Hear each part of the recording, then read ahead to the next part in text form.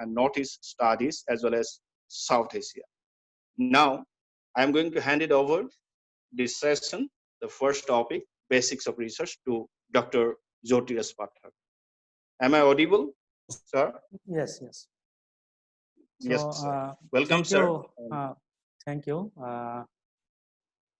Good evening to all. Thank you, sir. Special thank to Mr. Mintu Pathak and J. Kolita from Masbat College and Tongla College for organizing this 3 days workshop. I'm really thankful to the organizer for inviting me to have this session with me. And basically, I'd be talking about the very basic issues about research and research methodology. And I think that my target audience will be the very young researchers. I can see a lot of them. And again, very good evening to the Ritu Kumar Mishra, the inaugurator of the program, for his inaugural speech.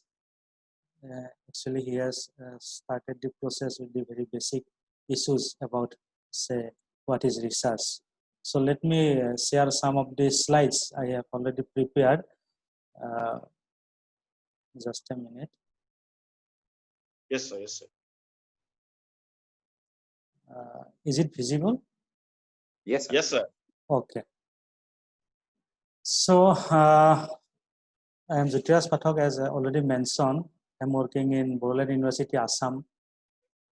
So let us start about what is research and the very basic issues relating to research. What is research methodology, how to do it, what are the areas of research, types of research, steps of research, what the role played about that literature review, how to conduct survey research, how to conduct interview schedule, and all this. So very basic things I am going to discuss, and maybe on the later part, the other resource person, there are lots of resource person having lots of resources, and they may be going into deeper into the issues relating to research and research methodology. For as of now, I will be dealing only with the very basic issues relating to research. So see, let us start with the very ABC of research. What are the very say basic things? In that way, I can term it as the ABC of research. So when I say that whenever we are using the word research, what is the very basic meaning of research? So as it is, you can find in the very slide itself, it is a systematic approach. That means whenever we are gathering some knowledge, gathering information, actually in our day-to-day life, every day we are gathering, we are obtaining, we are collecting some sort of information. But the thing is that that is not research. Suppose if I am going to the market and if I am gathering the information about what is the price of rice per kg, that is not research. That is just gathering of some sort of information. But in research, that is something different. So while in research, at the same time, we will be gathering some sort of information. But the information should be through a systematic way. That means we must use some sort of systematic approach. So while gathering information through some systematic approach, and while the process of gathering that knowledge or getting into the ultimate aim of getting the knowledge, ultimate knowledge, that should only be termed as research. So it's already mentioned that it's always a systematic study. The study should be systematic. It should not be in a random way. Through systematic way only, we have to gather research. And again, that there will be some say steps also. It's not like that. You have to go through all these steps. Steps 1 to step 2, step 2 to step 3, like that. It's not that from step 1 you can directly jump into step 3. If we are doing that, that is not research. So it's always a systematic study and orderly study where there will be a series of steps. And what is the ultimate aim? When I say that, it's always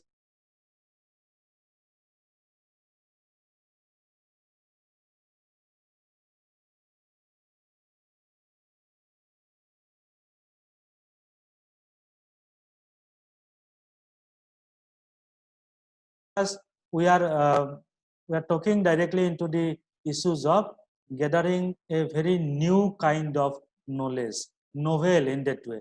The novelty, the very element of novelty should be there. So that is getting new knowledge which is not available, till date. That means I am going into getting a new sort of knowledge, and that is in actual terms is termed as research. And in the whole process of gathering the knowledge, it must be reliable. The process, a process that must be reliable. That means which can be generalized, which can be applied everywhere, to say. So that is the very basics of the definition about, you can say that research, that is a systematic approach by which we can gather new form of knowledge, and there must be some sort of order, there must be some sort of steps to getting into that knowledge. So even there are some definitions also. You can see here one definition that is very popular definition. I am not providing this definition, I am just collecting it. So it's a careful search. We can search, yes, but it should be, you must follow very careful. With careful, you have to follow the process of gathering knowledge, the process of gathering informations. It's an inquiry. In other words, it's a form of examination where we want to discover something. We have to interpret all those facts which are available. We may have to revise the facts. There may be lots of theories, but again, in the process of research, you can put your new theories, or one may say implement those theories also in our, say, local context, so that, and at the same time, when we can practically apply those theories, or we can practically implement the new theories which I am going to say make or generalize or apply. So it's all about, the research is all about gathering some sort of information of a particular subject by following some systematic and scientific steps. So in that way, that may be termed as the, say, very, say, general definition of research.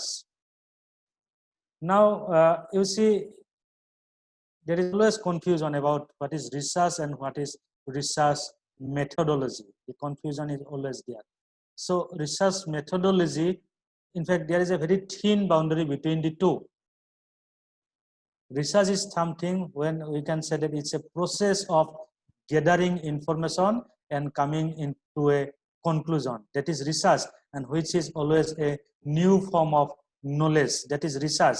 But research methodology is that process by which we are going deeper into a particular research problem. So maybe in the form of social problem, economic problem, or some problem related to that natural sciences also. That means it's a science. Basically, the research methodology is a science of doing research. This is the science of doing research. But this science doesn't mean that it's about natural science. I am not saying that it's all about chemistry, physics, and maths only. Because basically, we the people from social sciences.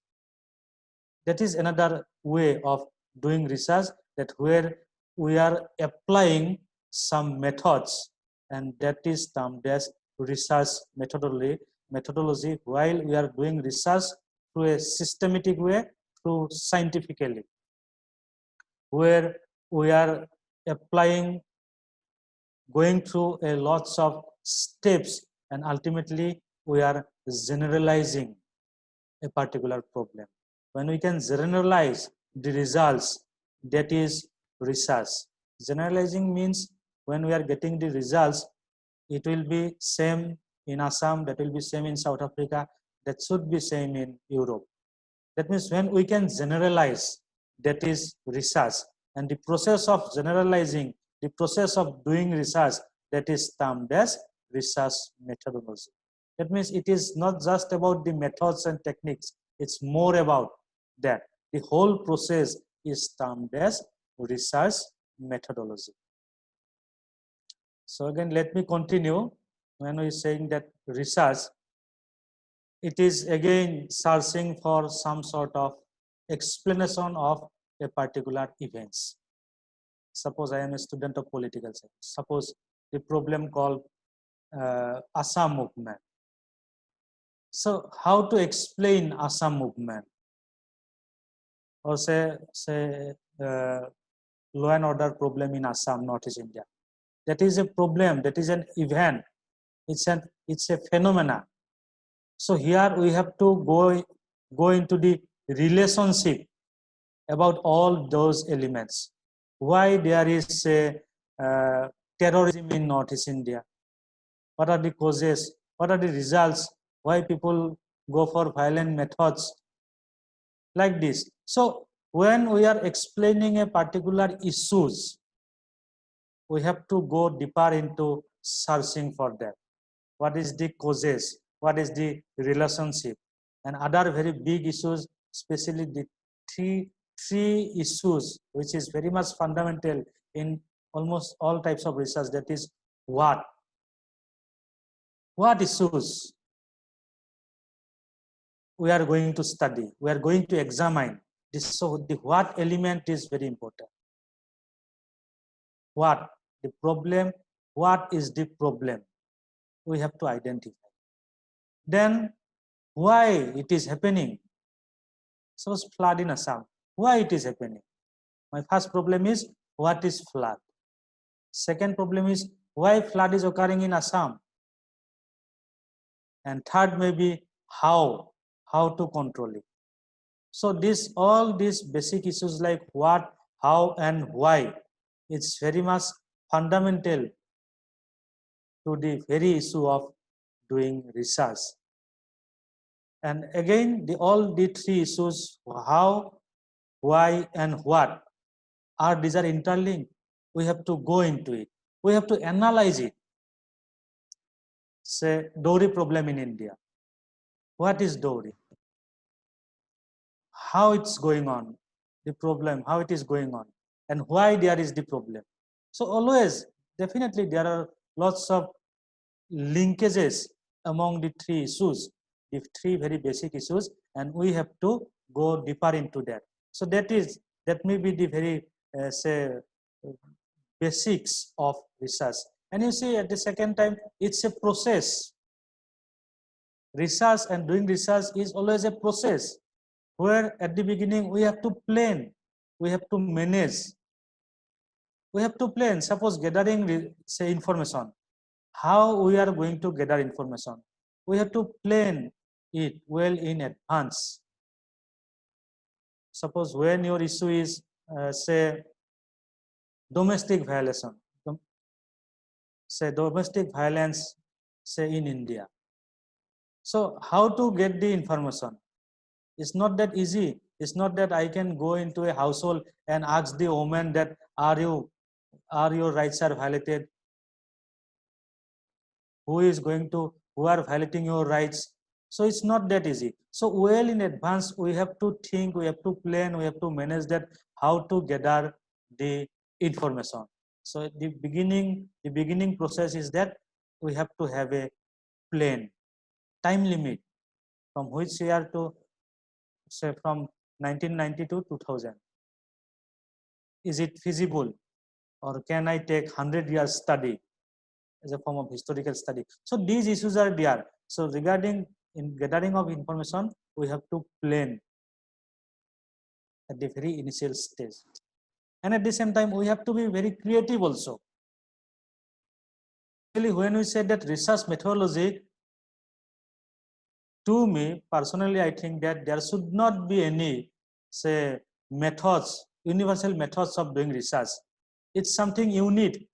Every researcher can use his or her own unique methods, research methods, especially in social science, in arts, because here the problem is quite unique. It's not like natural sciences. Natural sciences, for example, 2 plus 2, 4. 4, it's everywhere it's 4. In Tongla also it is 4, in Assam also it is 4, in Bihar also it is 4, in South Africa also it is 4. 2 plus 2 is 4, everywhere it's 4. But in social sciences, the problems are not like that. We just cannot generalize that there is Dowry in Assam, so that's why there will be Dowry in USA also.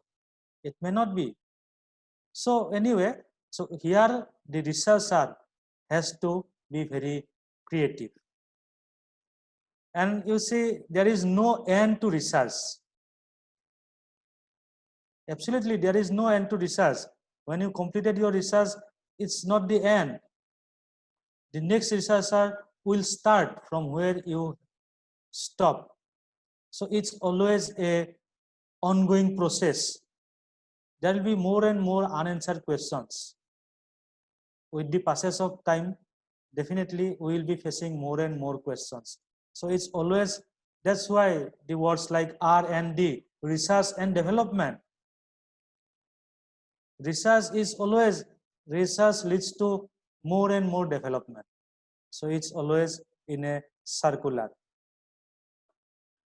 Then you see,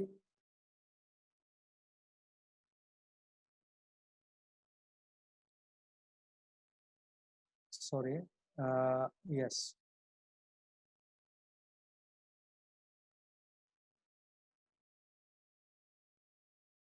So let me continue in that way. So for doing research, we have to have a design, how to do research. A well designed process we have to apply. That's why you see the question of how to do my research. And it is the researcher alone who is responsible for putting the question how to conduct research. And here, however, we can talk to our respective supervisor also. It's a two-way process. It's a combination of both the guide and the scholar. But definitely, the question of how it should be initiated on the part of the researcher. That this way, that way, I am planning to proceed. So, but anyway, it's always a organized and systematic way of finding answer to questions, which are till date unanswered. I am always, what is research? I am always putting those questions where there is no answer till date. If the answer is available, that is no research at all. We have to ask those questions for what, as of now, the answers are not available. Maybe in social science or say natural science also. But the thing is that the process has to be well organized and systematic. Now you see, in the form of say types of research, the questions are always asked, what type of research, what types of say methods should one follow? So here you see there are two very basic elements, basic research or applied research. One is about theory making and another is about using those theories. So basic research is always about establishing some sort of fundamental facts and relationship within them, maybe in a discipline or in the field, where we are going to develop some sort of theories. And as per my knowledge, basic research is rare. Very few of us are going into basic research because it's a process of building a new sort of theory,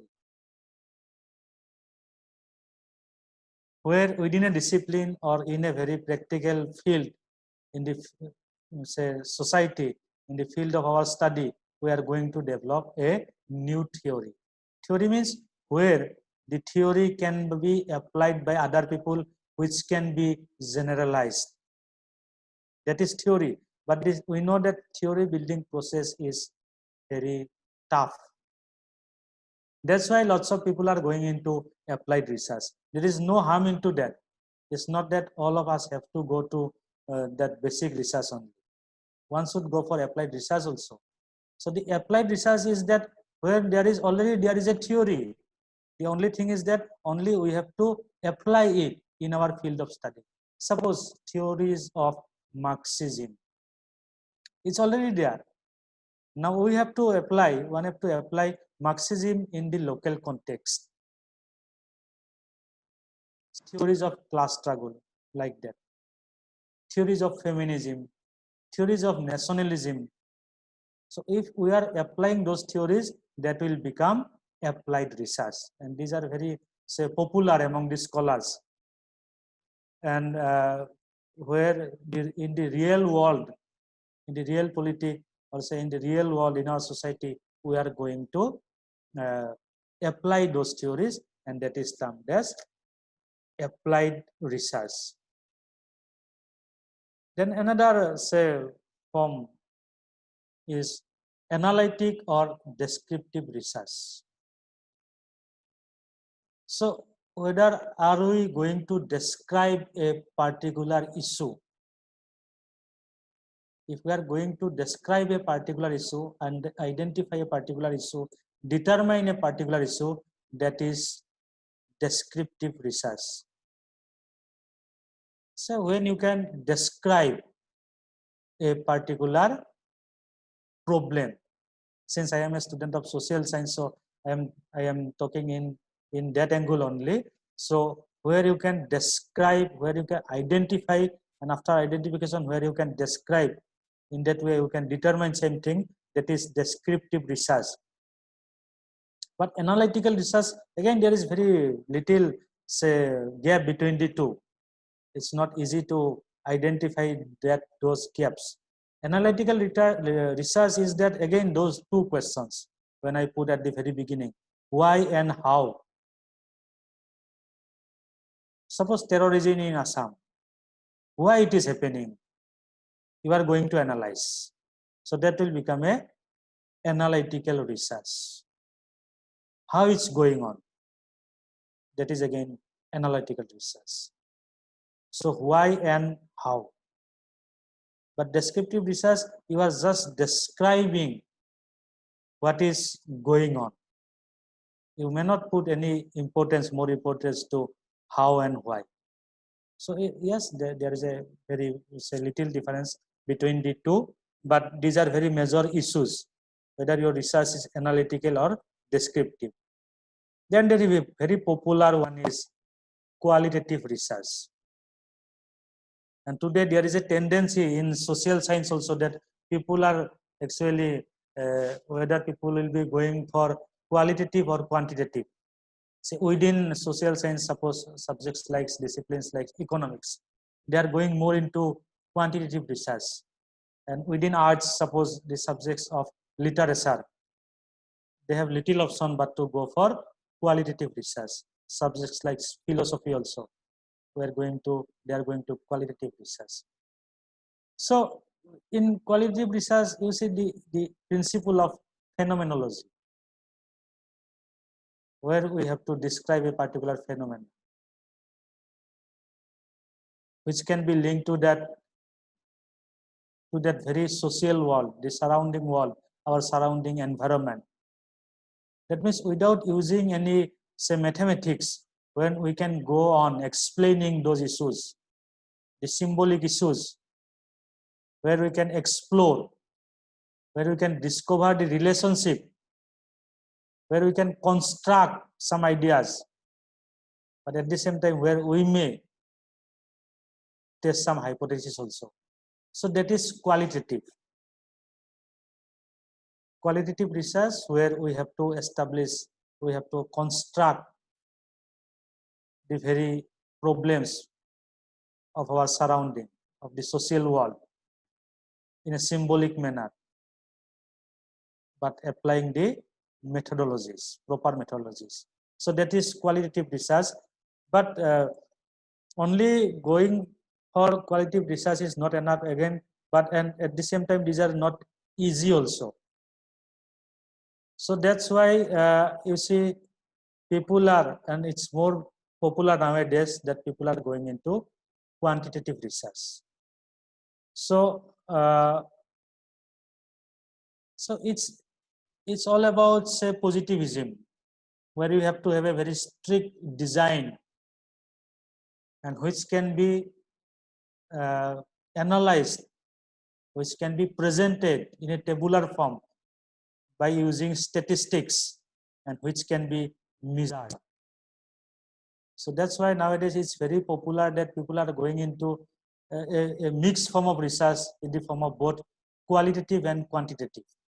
And where you are going to quantification, again it shows that it's some sort of we have that mentality that we say that yes, it's scientific when we can quantify. Suppose you have a sample of 1000 population, you are gathering data for 1000 from 1000 respondents, and when you find that 90% of your respondents say yes to a particular problem, suppose for 90% of your respondents in Assam, they say that flood is a real problem in Assam. Now you can easily generalize that these are the results where majority of the people say that flood is a real problem in Assam. So it's in the form of quantification, where you can use some sort of tables, diagrams also. That means the statistical analysis is there. And again, also our say inaugurator also says that yes, there are lots of say application like SPSS, which are nowadays very popular. Even Excel and all these things, Innovatest. So these are the way of quantifying our research in the form of quantitative research. But here again, one thing is that we have to strictly mention it in our very research design itself. At the very beginning, we have to mention that yes, it will be some sort of quantitative research when we will be using lots of say numbers to generalize our results. Then another form is that applied research. And nowadays, applied research is very popular, especially in the field of, say, education, in sociology, in economics, in management, even in political science also. So applied research is where there is a theory, and where we are going to test the theory so that we can solve a particular problem in a limited say period or in a limited field, limited territory. Suppose unrest in Assam, unrest is in, say, Karbi Anglong district, like that. Unrest in Manipur, unrest in Kashmir, where you can apply a particular theory, and by applying you are going to that you are aiming to solving a particular problem. Suppose drug abuse, domestic violence, child labor, those very issues. Why students are getting lower marks in mathematics, like that. So here you can go for this, one can go for this applied research. And so that by applying this, we may go for solving a particular problem, or we may go for improving the situation of our society. And this type of research is again termed as, by lots of people, as action research. That means you will be very action oriented, very proactive in solving, in highlighting some particular social problems or some problems faced by our society.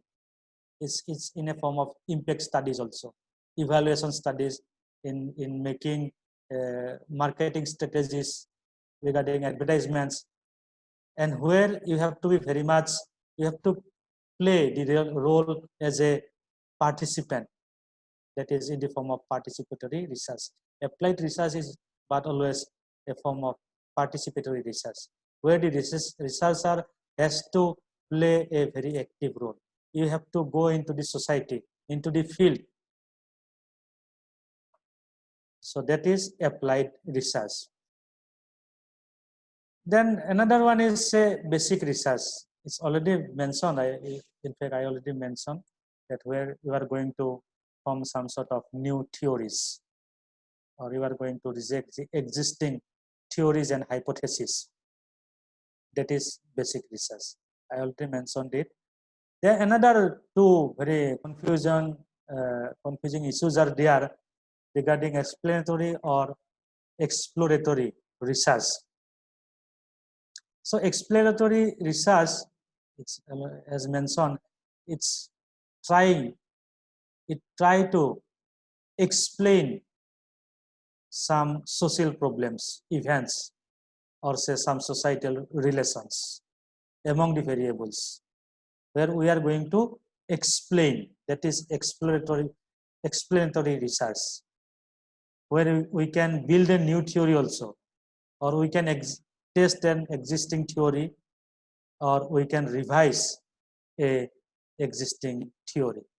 But at the same time, regarding exploratory research, here the only aim is to gather information which is very much say a current problem, maybe social problem. So where we are going to gather information so that maybe in later part that may be solved, that can be explained. Then you see, once we have cleared that confusion about the types of research or the way how to go for research theory building and all these things, these are the 6 phases for me which are very much fundamental, and we just cannot neglect it, and it's almost impossible to neglect it, because by neglecting it you just cannot go to the very issue of doing research. So these are the 6 phases of research, and number 1 is the problem identification, and that is the beginning of research, and that is very tough indeed, because in our day-to-day life, especially who are in the academics, we are facing the problem. Generally students are coming to us, because nowadays even in UG level and PG level also we have one paper called project, where we have to write some projects. So there the students are coming and saying that, sir, which topic should I choose? So but it is the responsibility of the researcher, the students. You have to identify the problem. It's not that I will identify some problem for it. So where you have interest, whether you have interest in terrorism, whether you have interest in child labor, domestic violence, trafficking of women, say school enrollment, midday meal, there are thousands of issues. You have to identify. So that is the beginning of research. You just think about that, what are the, in social science, what are the basic social problems, and where very little works are done. You have to think about those problems. So once you think about a particular problem, then the next step, we should go for literature review. And here also you can sense your problem. The very research issues that you are thinking, you may sense, because whether the literature is available or not. If literature is not available, it's not that you have to discard it, but still literature review will help us for proper identification of the problem, so that we can go deeper into that. And here also lies that the research gap. If enough research literature is not available, you may identify the research gap, that yes, that's a real problem, and my problem is really unique, and you should go for unique problems. So the next step is literature review. Then the third issue, that is research design. The research design, how to gather my data. So without gathering data, information, we just cannot proceed. But that should be clearly mentioned clearly reflected. You have to reflect it in your research design. That is the blueprint of your research. How to design the whole process. And once you done it, then you can go for hypothesis. Hypothesis is not mandatory, but it's desirable, maybe in the form of research questions, which you are going to address, which you are going to prove. So you have to predict. Suppose terrorism, why there is terrorism? You can say that poverty leads to terrorism. That may be your hypothesis, but that may not be right, because Osama bin Laden was not a poor man, isn't it? So hypothesis formulation is very critical, where you can put your questions, maybe in the form of research questions, which you are going to analyze, which you are going to say study, and which you are going to, you are trying to answer it, prove it. That is hypothesis. It's very much essential. Then once, since we already gathered data and all these things, now it's time to process the data. So for data processing also, there are lots of tools, as I already mentioned, there are lots of applications, which tools, which way we should go, whether we are going for this qualitative research or quantitative, or it's a mixed method, or are we going for a comparative method, like that. Lots of issues are there, but ultimately we have to process the gathered data. And that's why research design is so much necessary. Suppose in your research design, you put that your sample size is 10 lakhs. It's impossible. As an individual, you cannot process the data of 1 lakh people. Maybe as a team you can do it. So data processing, because wrong processing of data may lead to a totally a different kind of results. So data processing is again very necessary. Data processing, and after that we have to analyze it. We have to analyze so that we can prove our hypothesis. And after analyzing, there is the conclusion, and maybe you can put, if you are aiming some sort of social problems, one can put recommendations also, maybe policy formulations, especially in social sciences. We can recommend some sort of policies to the executing agencies, to the governments, like that, to the higher authorities. So these are but the 6 very steps, phases of doing research. You can add some other steps also, but these are very basics. For example, next one, we have to put bibliography and referencing. Without bibliography and reference, our research is not complete. So in that way, we can add some stages of research also. Then you see the first one, how to define our problem. What is the background of our study? Here we have to go for that very objectives of our research, purpose of our research. When people say that, why you are doing research, why I am doing research, basically in lots of cases, in my case also, let me confess, we are doing research to get degrees, majority of us, suppose PhD. So, but that cannot be, you cannot put it. You have to put your objectives, why we are doing research. What is the purpose? That I am going to address those issues, those social issues. That is my purpose and objectives. So in tune with that, with our objective and purpose only, we can formulate our hypothesis. And while defining the problem, very problem, we have to go about the scope and nature of the study also. What would be the scope? Is it limited to India? Is it limited to Assam? Is it limited to a particular state? Like that, the scope and the nature. What would be the nature of the very study? Is it descriptive? Is it analytical? Is it applied? Am I going to recommend something? Like that. And here also the limitations of the study and all this. And the say connection among all these nature, scope, purpose, objectives, your justification, all those are linked. So that is the say very say beginning of our research, that the defining the problem. Then literature review. So it gives us theoretical rationale of the problem. So literature review is very essential, but again we are making lots of mistakes while reviewing our literature. We always say that there is not enough material in our local context. Yes, there may not be any say material.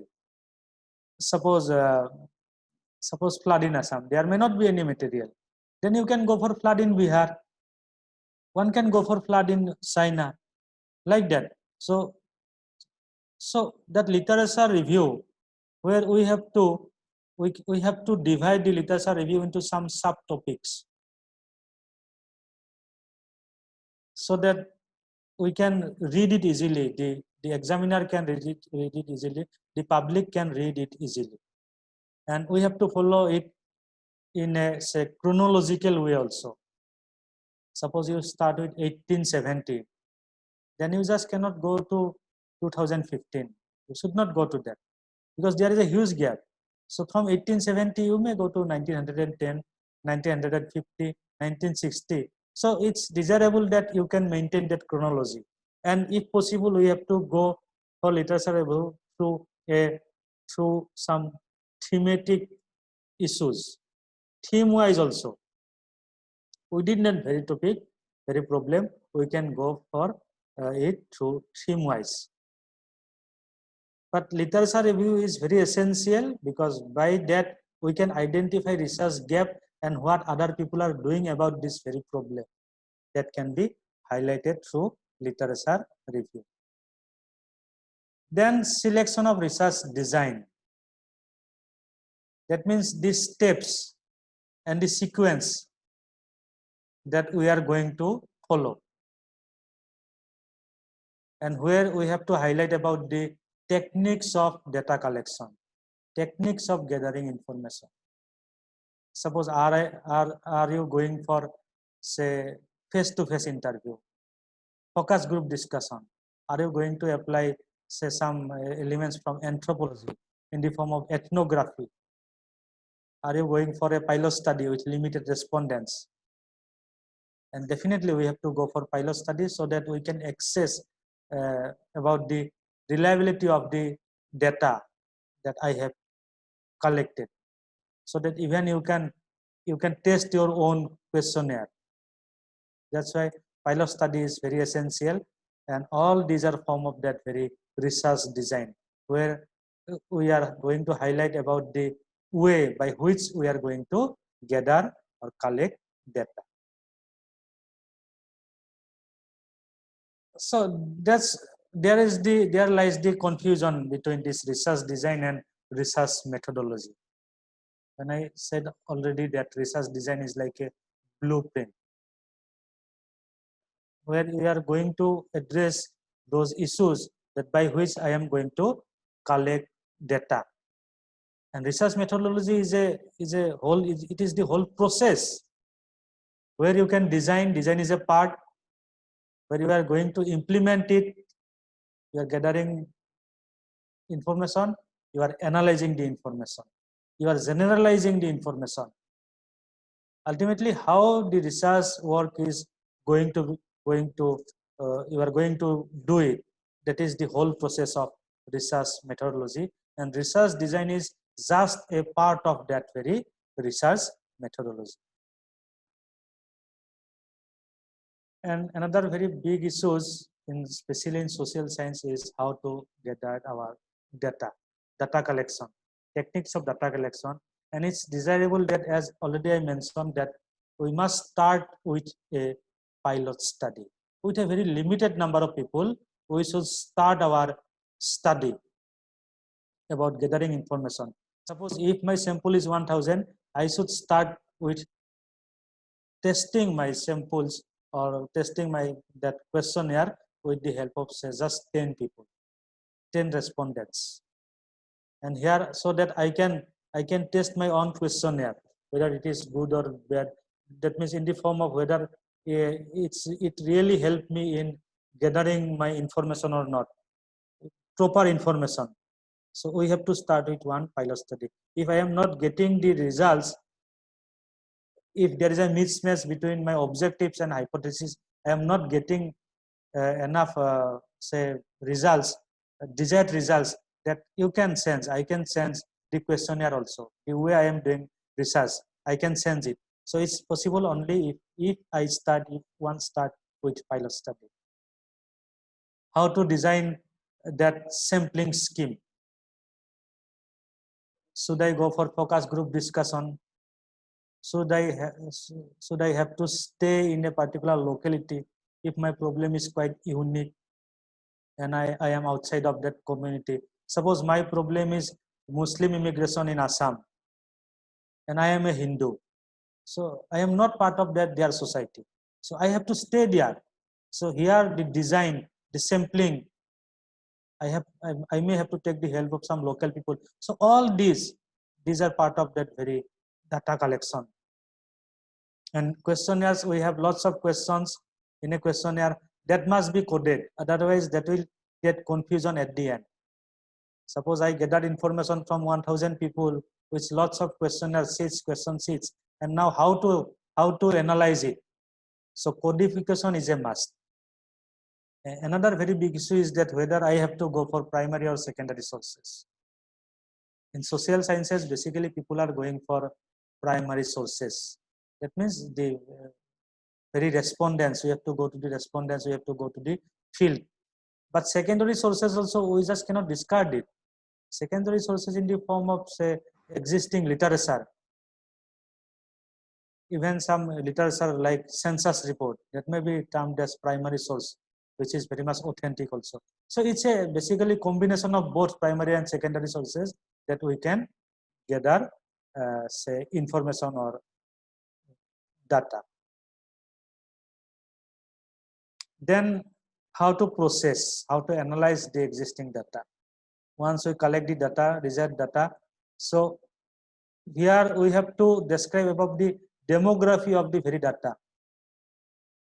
Suppose my problem is Muslims in Assam, Hindus in Assam. So I have to describe about the very demography. Who are Hindus, who are Muslims, what is Assam, where they stay. So the background of the respondents is very essential while processing our data. And here we have to choose appropriate technique. You may go for, say, SPSS, you may go for INNOVA test, or you may go for very simple mathematical, say, techniques like percentage and all this. You can reflect it through bar diagram, pie diagram, and other issues also, which is very much, say, simple. It's not that we have to go for very complex techniques, statistical techniques. We can do it simply also. And here we have to use, it's desirable that we must use table, diagram, and map. It makes the whole study, whole research very simple. Map is essential about the very area. Then diagram also, it makes the whole study very simple. The general people also very easily can understand what I am analyzing, or say using those tables also. Then interpreting the results. Who is my audience? That is one very prominent issue. Whether it is the policy maker, say government, or whether I am going for a particular NGOs, or am I working for a particular agency like, say, UNO, UNICEF, UNESCO. So who is my audience? So while interpreting that data, we have to think about that audience also. Then what would be the implication? Implication of the study, that should be clearly mentioned. And the gap in the form of, say, limitation of the study, so that the future researcher can address those. Suppose you are doing research of a particular district. So definitely there is scope for the future researcher to work for the whole, maybe whole state or whole country, or maybe the neighboring districts or some other districts. What are the limitations? Suppose population wise, my respondents, their numbers are very less, very few in numbers. So that may be the limitations.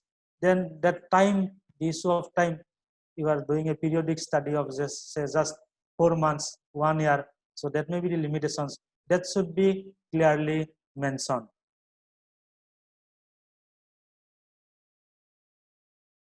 Then you see other issues.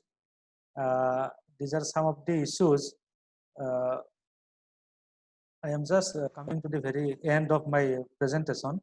There are some issues also. So while doing research, we must have some sort of personal interest into that very issues or topic. If you are very much concerned about X, but if you are doing research in Y, that is not desirable. So personal interest is must, so that you can enjoy while doing research. It is not that somebody else is forcing you to do a particular issue. That should be avoided. And in social sciences, basically, we must address the social problem, the utility. Because after doing that research, what is the new knowledge that the society is getting, or whether the society is using it to solve a particular, to address a particular problem. So that we must address those issues, those topics which has some sort of, say, general utility, social utility. Or are we are going to do, say, test a particular theory, suppose Marxism,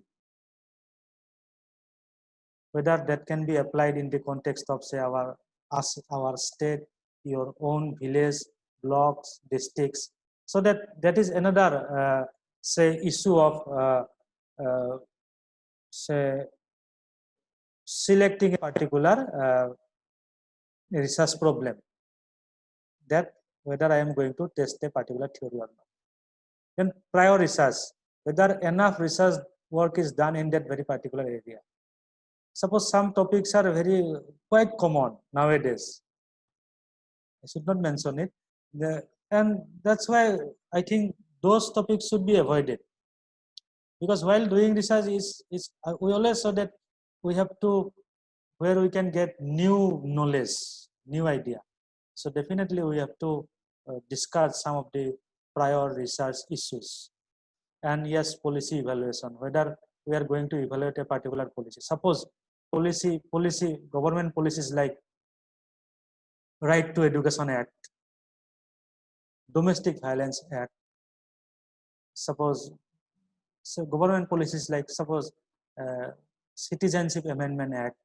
So these are policies, some of the very big policies on the part of the government. So whether we are going to evaluate these policies or not. So these are some of the areas from where also we can choose a particular topic.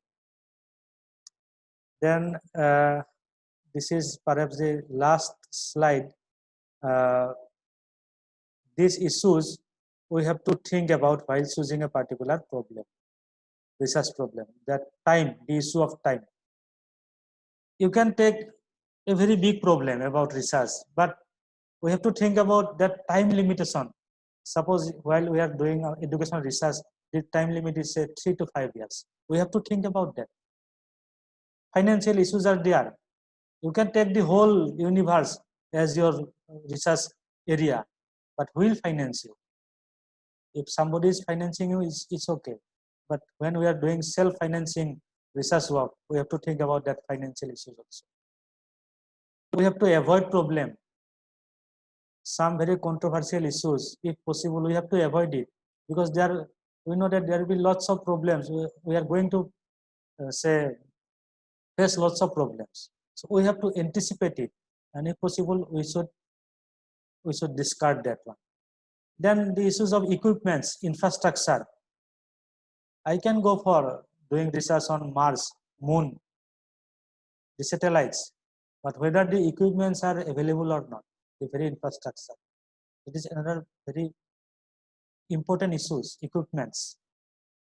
then human resource, whether human resource are available or not, whether I have a supporting staff who will gather information for me, or is there any some sort of say assistance on the part of the whole process, research process. We have to think about that, whether I am getting enough support from the community where I am going to do research. All those issues, that issues of human resource, we have to think about. And the last one, but not the least, the very corona crisis. In fact, because of this corona crisis, the whole issue of doing research, I think it is going to be, it is going to affect the whole process of doing research. Because when we are saying that gathering data, primary and secondary, now it's not easy to go for gathering data on primary sources, because we just cannot go to the field, at least for the time being. It's not desirable that I am going to the field and getting my gathering information. Is equally harmful for both me and my respondents too. So during corona, definitely lots of people are going on for online data collection, say, methods, where you can send emails through telephone also, through video conferencing also, you can get that data. And we are not sure that how much we have to wait for the vaccine to be available of that very corona, COVID-19 disease. And till that, I think there will be lots of crises, even for doing research, gathering data is not that easy. And here it's desirable, if possible, we should go for online data collection. But in all the fields, it's not easy also. In some research issues, we have to go to the field. But for the time being, at least, it's desirable that we must avoid it and go online. So with this, I think I tried to cover some of the very basic issues about research and research methodology. And I thank the organizer for giving me the opportunity to speak this August gathering. There are almost 200 participants online. So I thank both the college for inviting me. Thank you. And I am ready to face some of the questions it would be put to me by some of the participants. Thank you.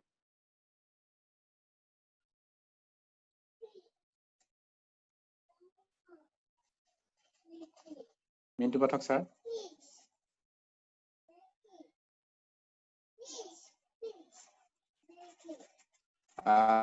Thank you so much, sir, for your nice deliberation. And this is time of interaction. So I request all the participants to put your query. The sir is ready to interact with you. Please, participants, you may put your questions directly, or you may put your question in the chat box. We will collect from the chat box. Otherwise, you please raise your hand so that we can allow you to unmute yourself, because if we allow all the participants to unmute, then the situation is very noisy, will be noisy. So yes, Ornab Setia, I request the Galaxy, it is shown as Galaxy 10. One thing more, I request all the participants to rename their device, that they shown the device as Galaxy and Samsung and all these things. So it is impossible to recognize you. So please rename yourself so that we can announce your name instead of announcing like Galaxy 10 or so on. Yes, Subhojit, Ornab Setia, you allow Subhojit.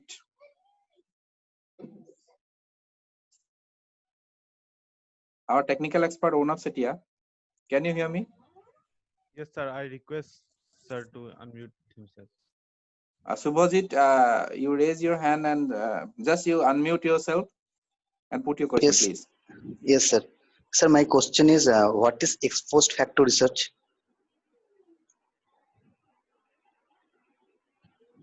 Hello. Hello. Yes. Can you hear me, sir? Yes, please. Sir, my question is, what is ex post facto research? When already there are some sort of research is being done to a particular field or topic, then also you can start from that very say ending point. So already work is done in that very particular area, but still you can start from the end point. That means you can restart the research process from where the previous researcher stopped doing research.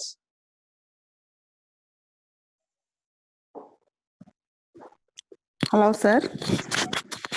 Hello. Yes. Sir, can you write the review of literature on the order of the objectives?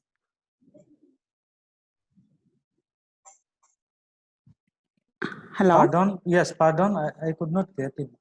Okay, sir. Can you write the review of literature based on our objectives? Yes, sure.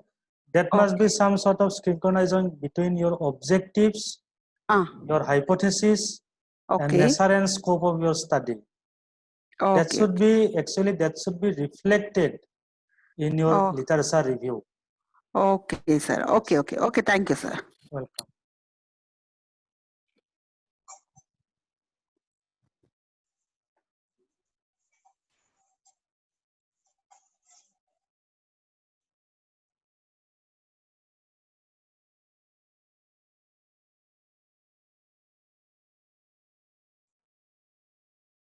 Numbers of participants has raised their hand, but we are unable to recognize them because they have joined. Hello, sir. Yes. Yes. Please continue. Sir, I have a question.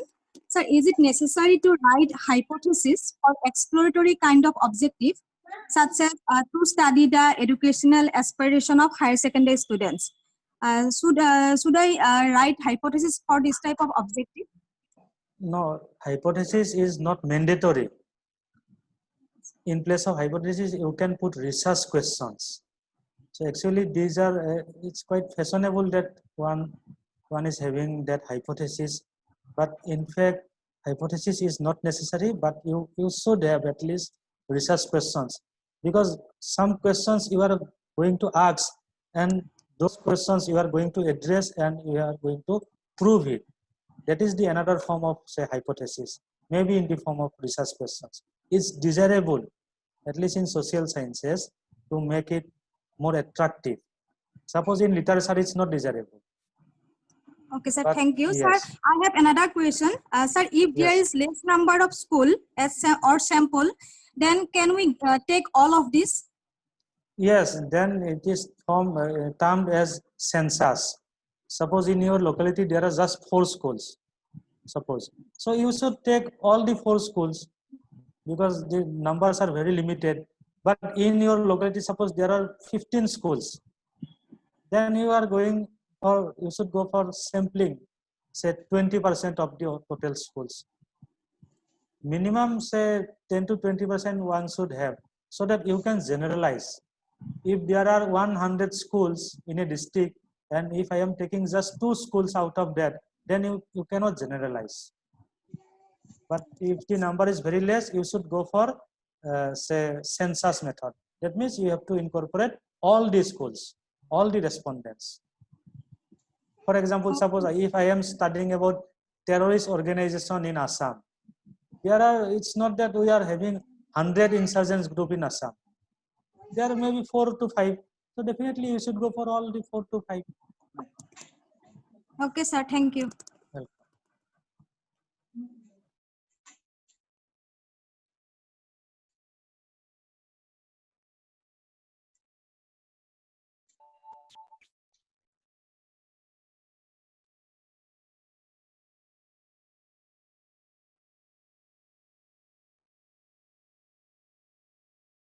Respected participants, if you have more query.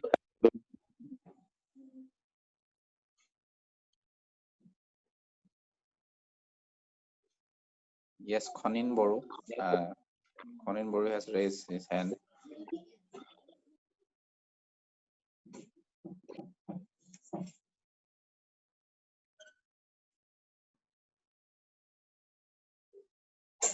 Hello, sir.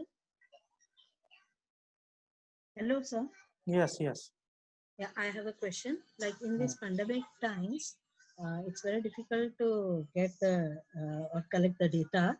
So can we consider the newspaper articles for our data or as our data? Definitely, that is what in the form of secondary sources, secondary data. If your topic is, you have to think about your own topic problem. I don't know what is your topic, but if your topic is something where primary data is quite necessary, then you can gather some of those data by applying, say, email or through telephone also. But suppose if your respondents are very poor people, then definitely you cannot go for online or say email or telephone. Then you have to rely on that secondary data only, that is newspaper clippings and all that. For example, in our case also, in our department, there is a paper called project paper in final semester, and all the students, they started with primary data collection. But once there is pandemic, so all of them just switched to secondary sources only. But it's up to you. Or if the pandemic is going on and on for a very long period, then you have to sense the very whole research design of your study. That means you have to go from primary sources to secondary sources. You can go.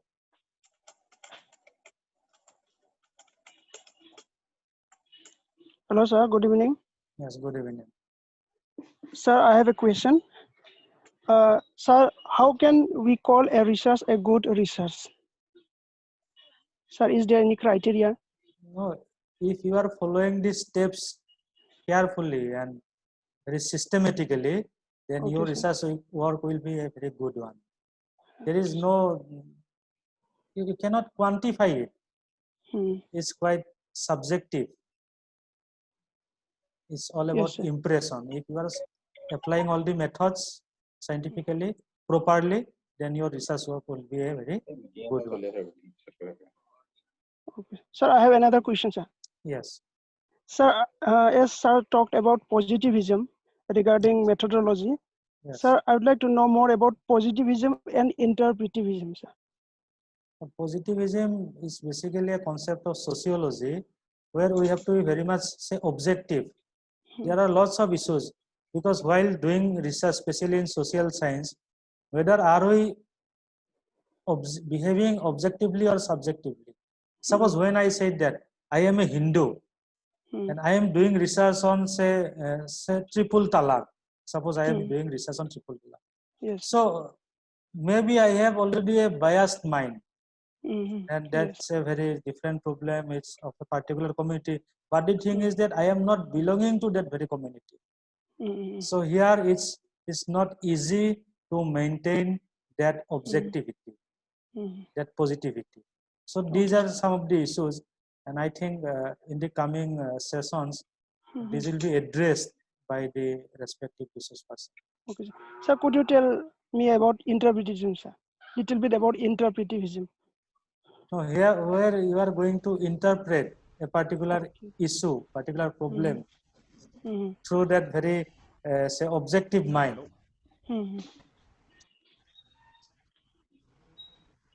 Okay, sir. Thank you, sir. Welcome. Excuse me, sir. Yes. Thank you so much, sir, for this very informative session. Sir, but I would like to know what could be the best research methods if we are doing a research in literature. For literature, basically you will be doing it's all about, say, doing library work. It's about doing library work, so in the form of, say, secondary sources.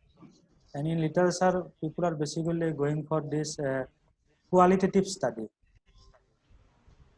So when I say that there is no best method, it's always up to the particular respective researcher. Because you have to think about your research problem, then only you can think about that.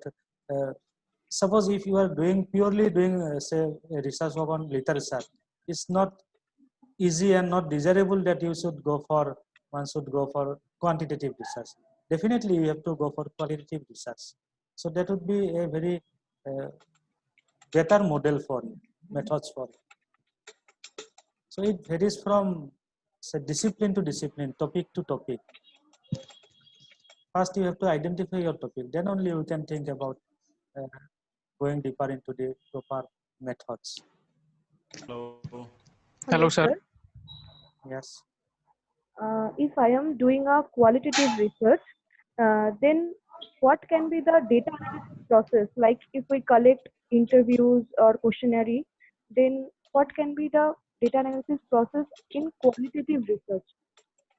No, in qualitative research, you need not go for say data collection through interview. But if you want to go to that, then yes, definitely you can take the very simple steps of data collection in the form of say while analyzing in the form of some sort of percentage.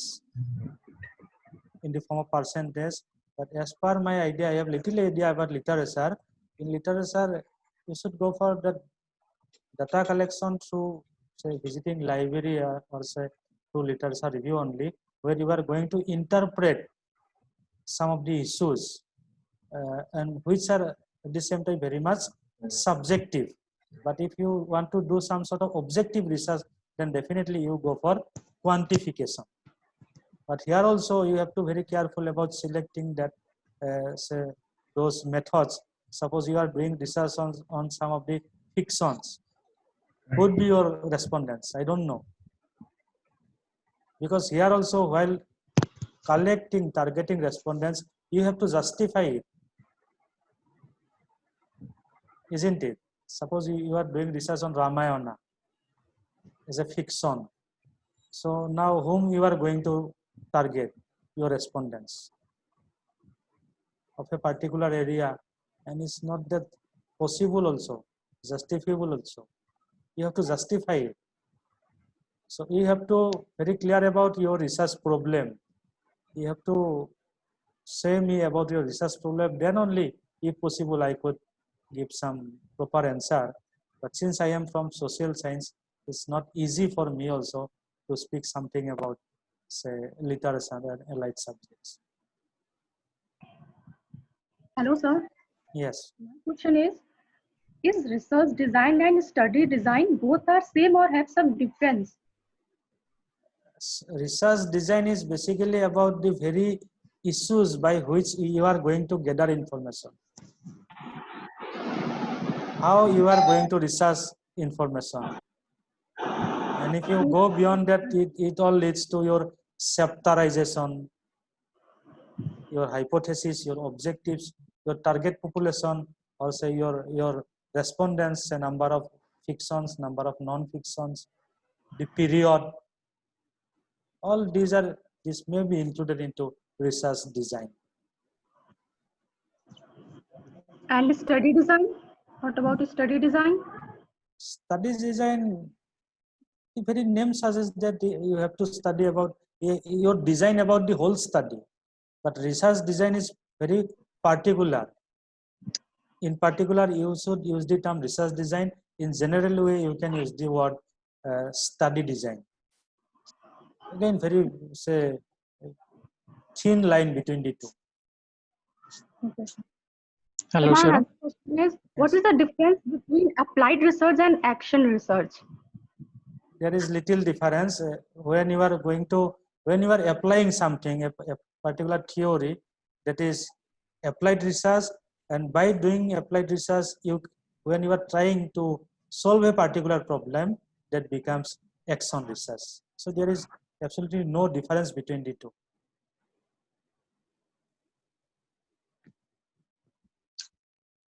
Hello, sir. Yes. Sir, my question is that, so is there any limitation in the formulation of objectives in a research? No limitation, but you should not go for say, I have 100 objectives. Yes, sir. It should not be more than say 4 or 5. Okay, thank you, sir. Yes, it will. If you are go on increasing the number of objectives, again that will expand the very scope of your research. And when I said that there is the time limit also. You cannot have 100 objectives. Okay.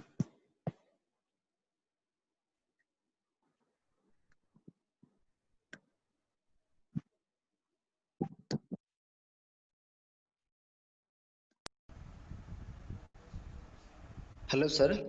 Yes. Sir, is there any methodology for calculating the sample size? For calculating sample size, there is no methodology, but when I say that regarding collecting samples, thinking about samples, to generalize, one should take at least 30% of these samples, where so that you can generalize. Suppose your area is the whole population of India. So there are suppose 100 crore people. So then you have to select 30 crore. But again, that is impossible, isn't it? Yes, yes, sir. And there are lots of issues you can identify. Suppose now you can divide the whole population into urban and rural. So if you make it say urban, suppose only 30% of Indians are living in urban area. Now it became very say less number. Suppose only 30 crore. Then again 30 crore, that means it becomes say 10 crore. And again 10 crore is not possible. Then you have to select some particular say metro cities. I will be selecting 4 metro cities. So in that way you can minimize the number, but at the same time you have to justify it. Or you can minimize the number in the form of say, I will be targeting only the literate people. Then again the number is decreasing. Then you can minimize it that only BA pass people I am targeting. And again in that way also you can minimize the number. So you can go on minimizing the number if your time permits and if your money permits. You can select in that way. Otherwise the numbers are even 30% is quite high. It's not easy. That's why we are targeting more and more micro studies. Yes, Micro sir. studies nowadays, these are very popular, at least in Yes, sir. social science. Okay, sir. Thank you, sir.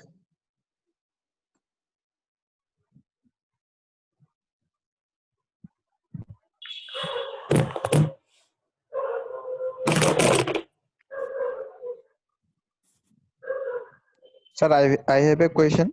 One question. Yes. Sir, if I am not going to any teaching in future, so this research will be help in my life. Yes, nowadays there are lots of If I am not to going any interest in teaching line. Yes, I got the point. There are lots of research institutes. You can work there as research assistant, or even you can work in some NGOs, reputed NGOs, or say agencies like UNICEF, UNESCO, but also you can help them as research assistant or associate. So in that way, you can go for research work.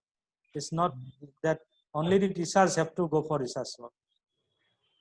Not entering into academics also, you can go for research work. Yes, sir.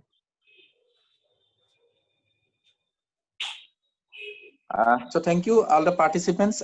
Due to time constraint, we are unable to continue the question answer session more. We apologize for that because we have another session on actually it was 5:30, but we extended the time to 6 p.m. So it is also another declaration to the participant information that we will send another Zoom link to you.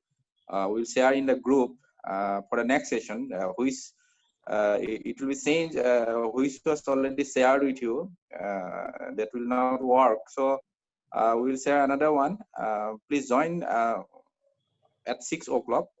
So due to time constraint, we continue this question answer session. I really thank you. I'm thankful to Dr. Jyotiraj Pathak sir from Borderline University for his nice deliberation and a nice interaction session with the participants. I hope that all the participants has benefited from your deliberations and all these things, especially on basic research that you have delivered to all of us. So thank you, Pathak sir, for giving us your valuable time and sharing your experiences and knowledge regarding research. Thank you once again and accepting our invitation and giving a valuable time to us. Thank you, sir. Thank you so much. Thank you. Namaskar. With these words, I formally declare that this session is ended.